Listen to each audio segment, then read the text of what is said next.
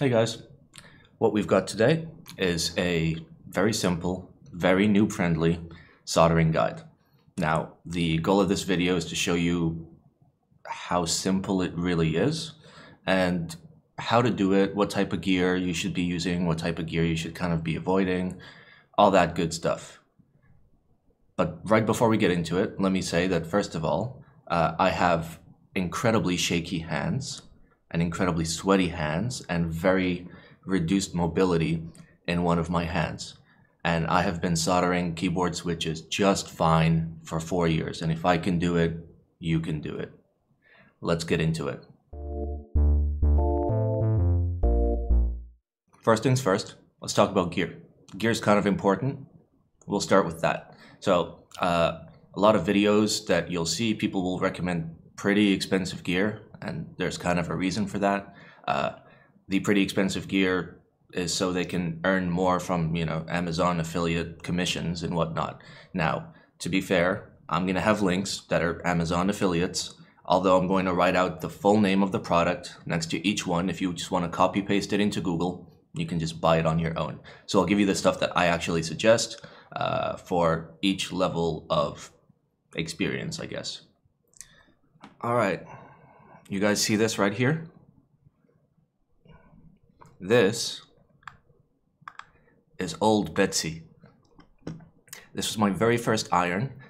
This was part of a $15 Amazon soldering kit, which came with an iron and a desolder pump and a little bit of solder and some little doodads. It's got temperature control here. That's kind of, well, the numbers are supposed to be marked here, but over the years they kind of got marked off. And it's a fairly simple iron with replaceable tips. And I used this sucker for about 4 years, maybe did 120 or 150 full builds with it. And in the end, what failed is this little piece of plastic here that failed from just getting so hot for so long. And now it just kind of slides right off. So it can't keep a good seal anymore, which is kind of funny. But in reality, if you're looking to start, you can start with a super basic iron. Now, I've upgraded my iron from the $14 Amazon kit to the $18 Amazon kit. So I just searched for 60-watt temperature control iron. It's the same basic idea. This one has got buttons on it and it's got an on-off switch, which is handy. I'll link you guys to something like this. This is what I currently use. It was cheap. The advantage of it, obviously, is that it's got standard tips that are easily replaceable. You just unscrew this. You got your tip right here. These you can buy anywhere.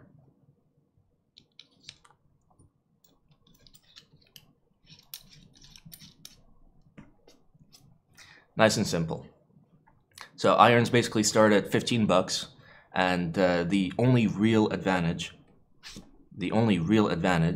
to having an iron that heats up quicker, the only real advantage to having an iron that is more expensive or more professional is that it'll heat up really quick. So a lot of people will be like, oh, my iron can heat up in 5 to 10 seconds. Meanwhile, my iron takes like 5 to 10 minutes, which I don't really care about. I can go grab a coffee, grab some tea as it warms up. When I'm back, it's good to go. If you're in a position where you need to solder something urgently in the next 3 minutes or else everybody's gonna die, then you probably have bigger problems than just the iron you're looking for.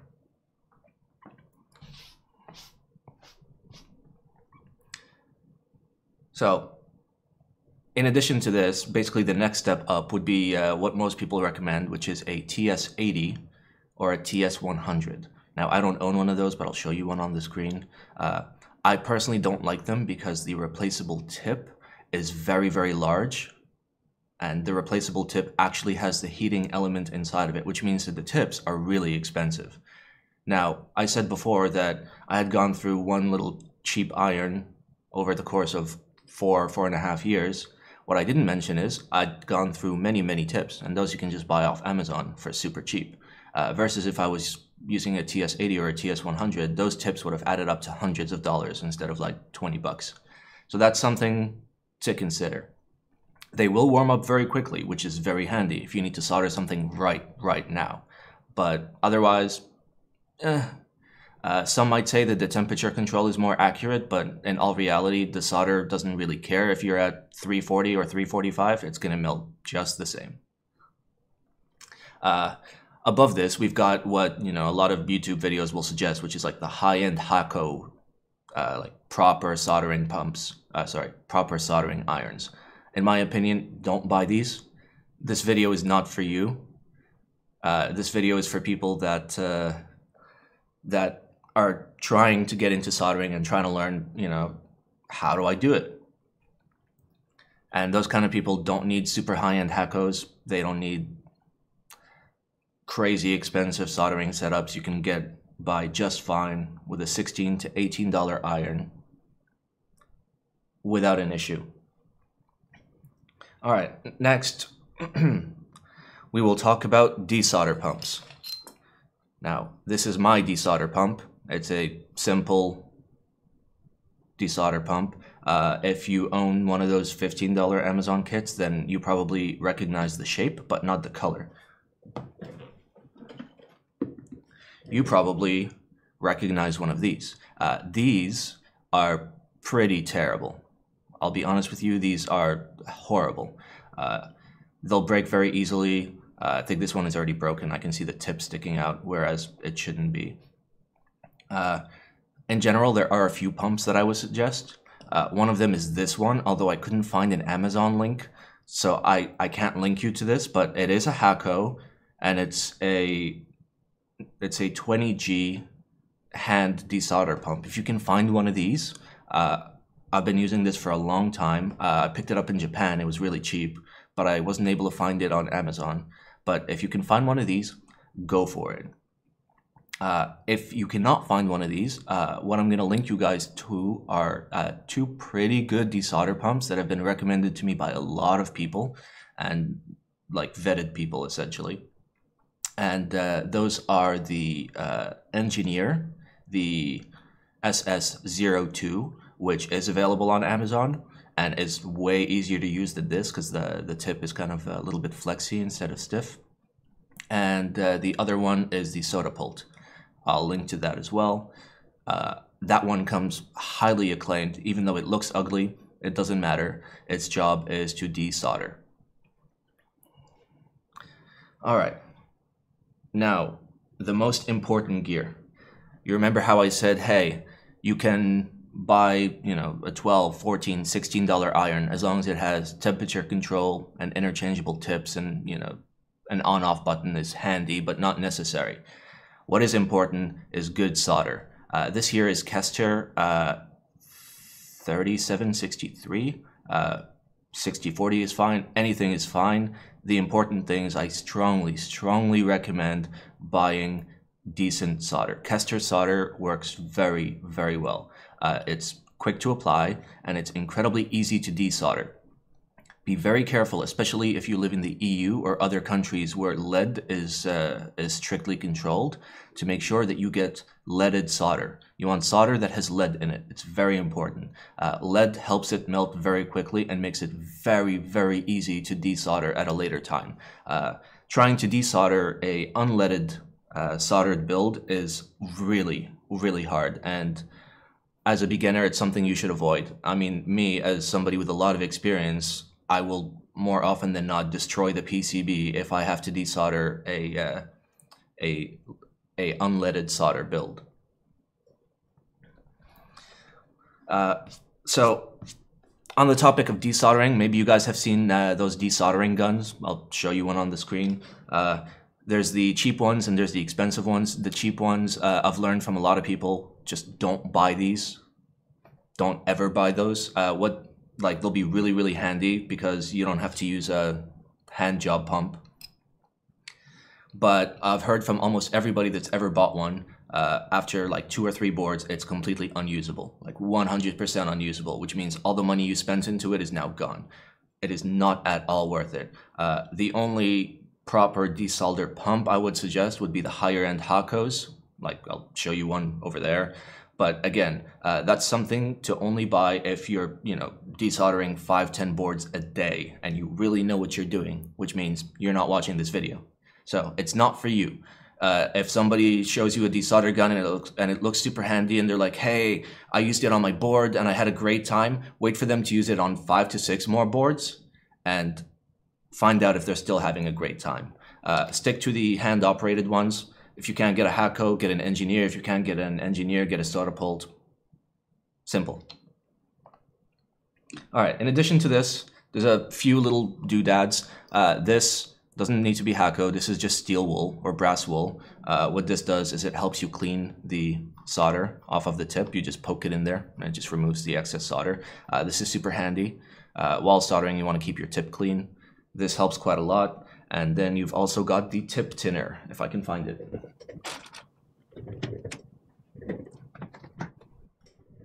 All right, I can't find it, so I'll show you a picture on the screen there. The tip tinner, just you can see that the color of the tip here is shiny. It's just a little coating that goes over the tip. It protects the tip, so your tip can last longer. It's pretty cool. And last but not least is obviously when you're soldering, you want some sort of ventilation. You don't want to be inhaling the solder fumes directly, especially considering the fact you're using leaded solder. For me, I just have the AC on. If you have a fan, blow the fan across your desk, open a window. The important thing is just don't breathe the fumes in, get them out if possible. You can go and buy like a professional fume extractor, but in all reality, you don't need a professional fume extractor. You can get a desk fan or a ceiling fan or an air conditioning unit, and you're pretty much good to go. All right, so let's pop into the methodology finally. Now that I've shown you all the things you may or may not need and all of that, I'll show you how do we solder, how do we desolder. So we're gonna toss a switch in there. There we go, it's in our PCB. And now on the back, we can see right there, we've got our 2 pins and we can see our pads very clearly. Now, let me get even closer for you guys so you guys can see the methodology more correctly. All right. So our goal when soldering is fairly simple. It is very, very simple. We want to connect the pin to the pad. So a lot of people will put a lot of solder in, but you really, really don't have to. Your goal is just to bridge them. I'll show you what my recommended amount of solder is, and you guys can go from there. So let me show you how we do this. So first thing we'll do is we will turn on our iron, and we will heat it to a minimum of 325 degrees Celsius.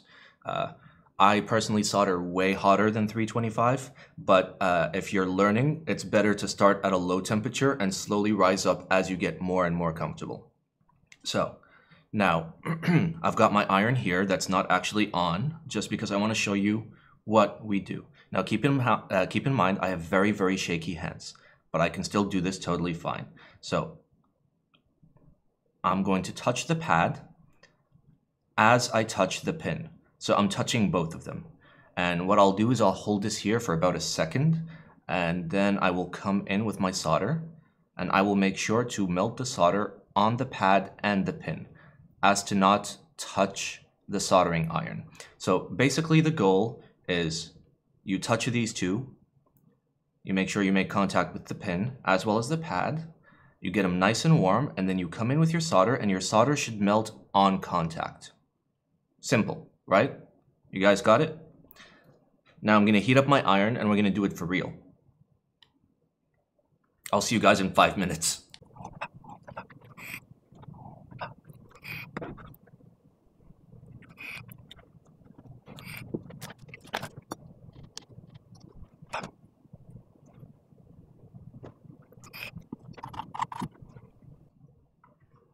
Alrighty, we had our coffee.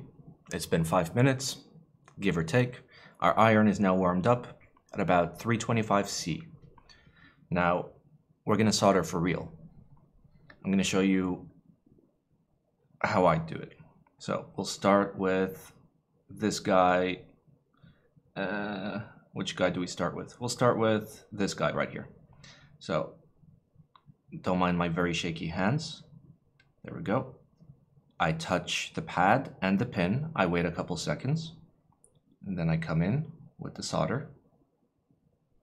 There we go. All done.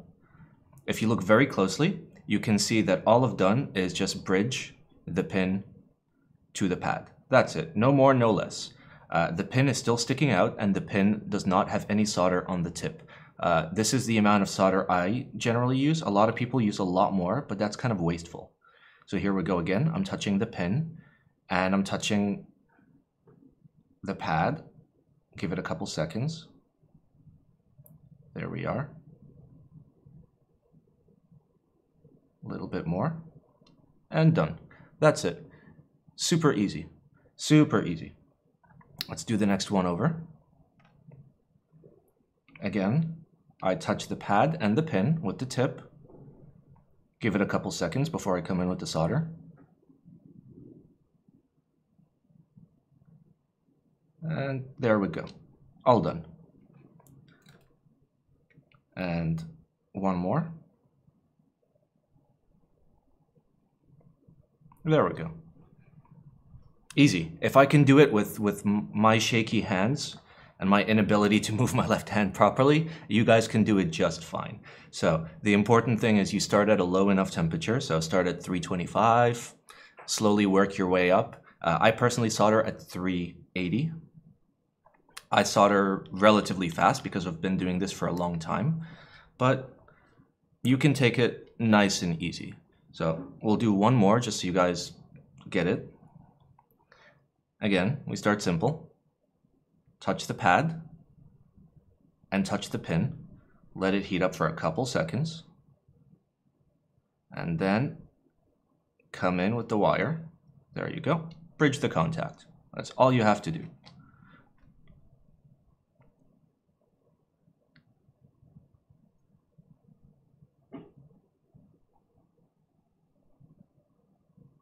There we are.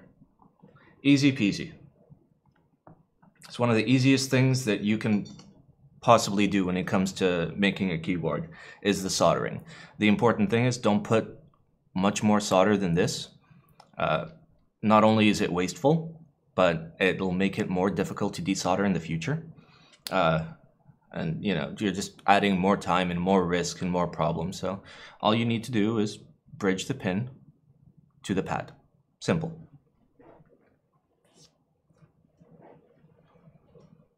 Now, in terms of temperatures, like I said, the reason why we want to start at a very low temperature is if we go too high of a temperature, what we can actually do is melt the pads.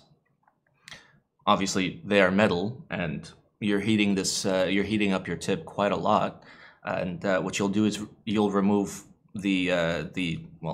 basically the internal solder. It's not actually solder that connects the pad to the PCB. So if I were, for example, to just leave my iron on there for like a minute straight, I would completely destroy the pad. The reason why I suggest people start at a lower temperature is so it's a lot more easy to control. What I do just to see if the pad has heated up enough is I've got my iron on there, and what I'll do is I'll just poke at it a little bit with the solder until I see it starts to melt. That way, it basically communicates to me that, hey, I am warm enough for you to start soldering now. So I just poke at it every half a second. As soon as it starts melting, I know it's time to go. Once you get more comfortable, you can raise your temps a little bit more and more until eventually, you know, you get to 380, or I mean, I've done some solder jobs at 400 degrees, but at 400 degrees, we're talking like mega fast, where I'll do 2 to 3 switches a second, or let's say 2 switches a second. If you guys have watched my streams, you've seen me just like run through a PCB super quickly when it comes to soldering. I'm just used to it.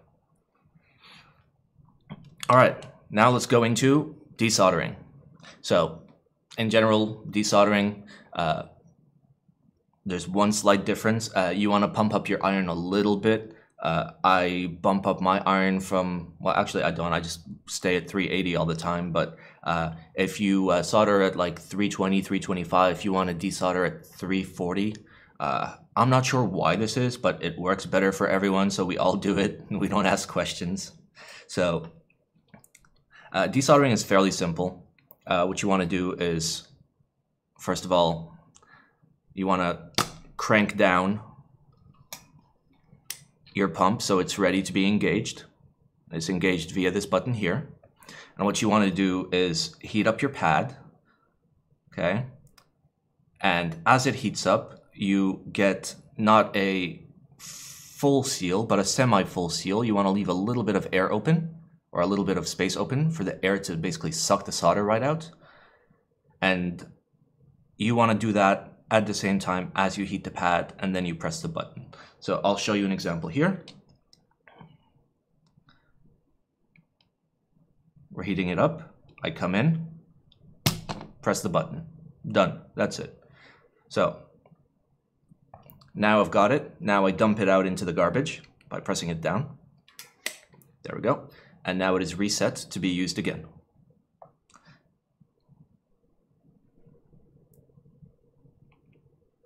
There we go. Heat it up.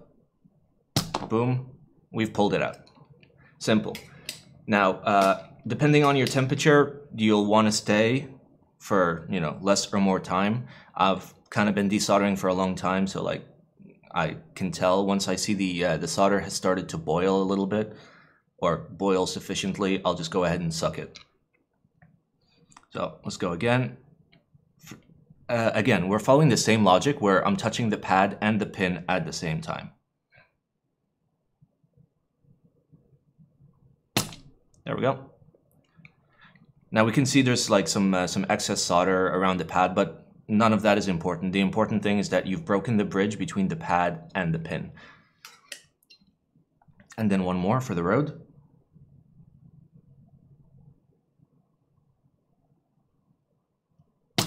There we go. And then this one I'll do with my overhead cam.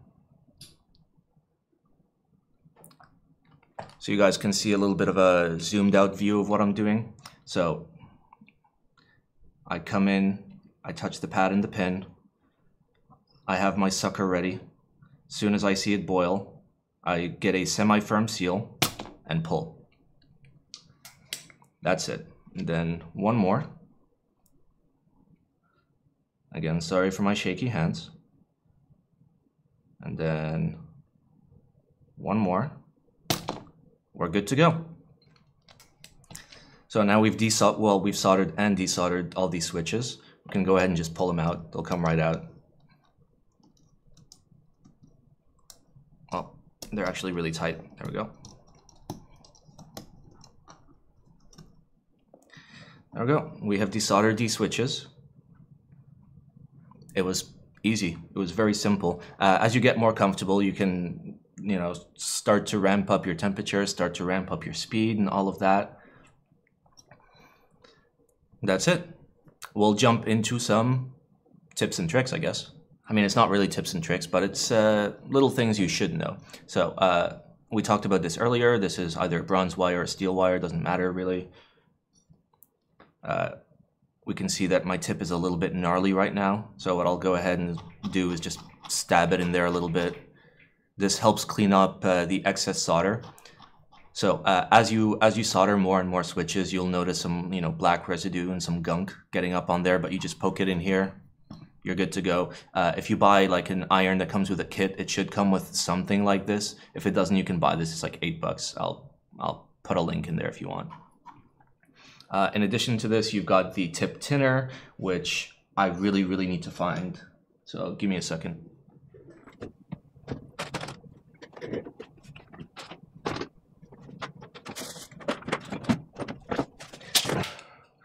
All right, we found our tip tinner. This thing is very sneaky.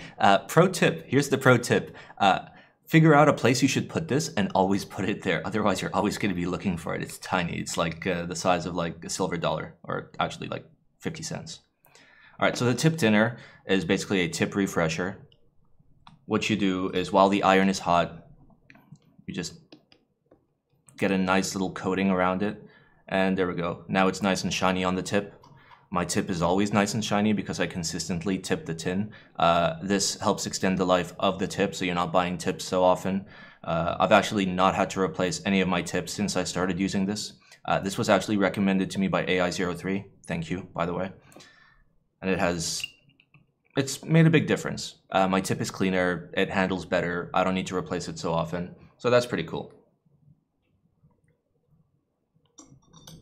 All right, now on to the next thing, which is for the desolder iron or desolder pump. So our desolder pump, you've obviously got to clean it out, right? So all it does is it'll suck the solder in via the air pressure or sucking motion or vacuum or whatever you want to call it, right? So once in a while, you do have to clean this out. I'll show you the basics of how to clean it out. Yours may be slightly different, but the same logic applies. So first thing is you want to make sure that it is not primed. So there we go. So now it has no sucking. You want to get a container where you can basically put the garbage.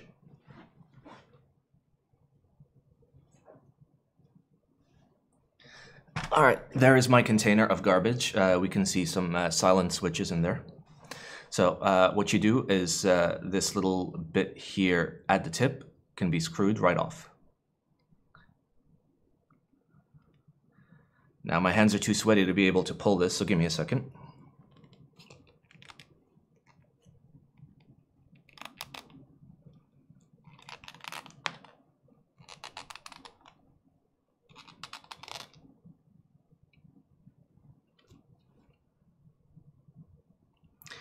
Okay, this thing's literally not coming apart. My hands are way too sweaty, so I'll show you on this one right here. So basic idea is you remove the tip by twisting. The tip should come right off. Be careful, there is a spring in there. Don't let it fly out. There we go. You'll get the spring in there. What you want to do is just extend and compress the spring over like a garbage box or a garbage bag or whatever. You want to get all these little flakes of solder off. And in addition to this, you want to empty the inside of this. So that you could just do like that. Make sure that it's clean on the inside. Then you put the spring back. You put the tip back. And you seal it up. Now, an actual tip is some people will put a tiny bit of lube around the outside of the tip.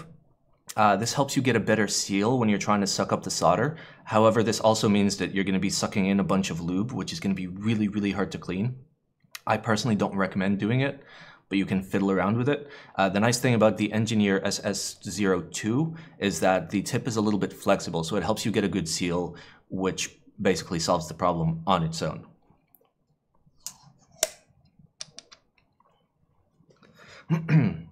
And then my final tip is if you are soldering a board,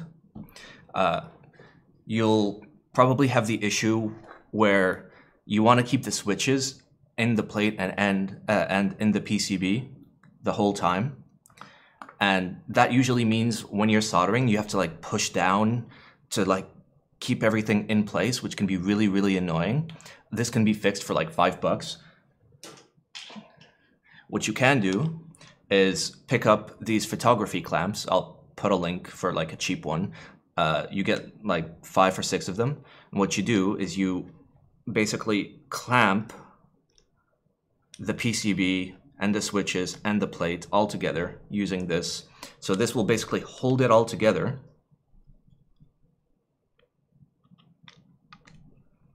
Where are the rest of my clamps? There's probably one over here. Okay, just pretend I have another clamp there, but you'll just clamp around, and then what you can do is just solder everything that's not clamped, and then once you're done, you remove the clamps and you can solder the switches that were there. This helps quite a lot. My methodology is usually to just like clamp in the center, do the edges, then clamp the edges, do the center. So you've consistently got some force holding the PCB to the plate and all of that, which is pretty handy.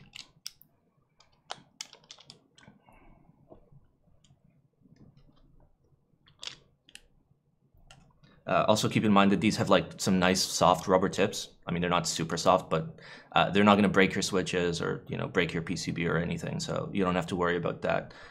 They do clamp rather hard, which is really good. That's what you want them to do. So, okay. And the final bit, this is not really a tip or trick. This is just going to show you, like, once you're comfortable and confident enough in soldering, basically how you can go ahead and do it, what sort of speeds, what sort of temps. This is what I call the fast and hot style, but this is just how I solder all the time. So I'm going to put these switches in this PCB right here. There we go. That's 6 switches. They are right here. I'll try and get you guys another angle. All right, so starting here and going to here. All right, so we're gonna do my usual methodology. I am at 380. As a matter of fact, my iron has yet to fully warm up, so it's not at 380. But so we do that. Boom, boom, boom, boom. But yeah, the whole idea is once you're comfortable enough getting your temps high enough, you can basically solder more or less this fast and do it very consistently. Even with hands like mine that are completely useless, if I can do it, you can do it for sure.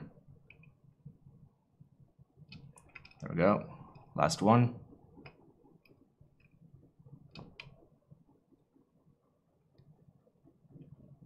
There we go. All done.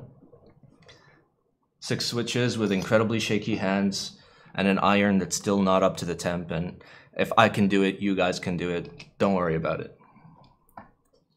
Okay, one thing I did forget to mention is that if you're looking to learn and you need a kit to get you started, you've got a few options. I mean, there's practice soldering kits on Amazon or whatever, but what I do strongly recommend is the Practice 65 from CannonKeys, which I'll link in the description. Not affiliated or anything.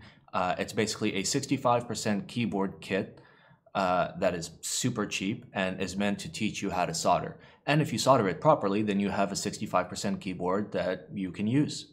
So yeah, I'll put a link for that in the description. Definitely check that out if you're looking for something to practice on and don't want to mess up your first keyboard. All right, well, we did it.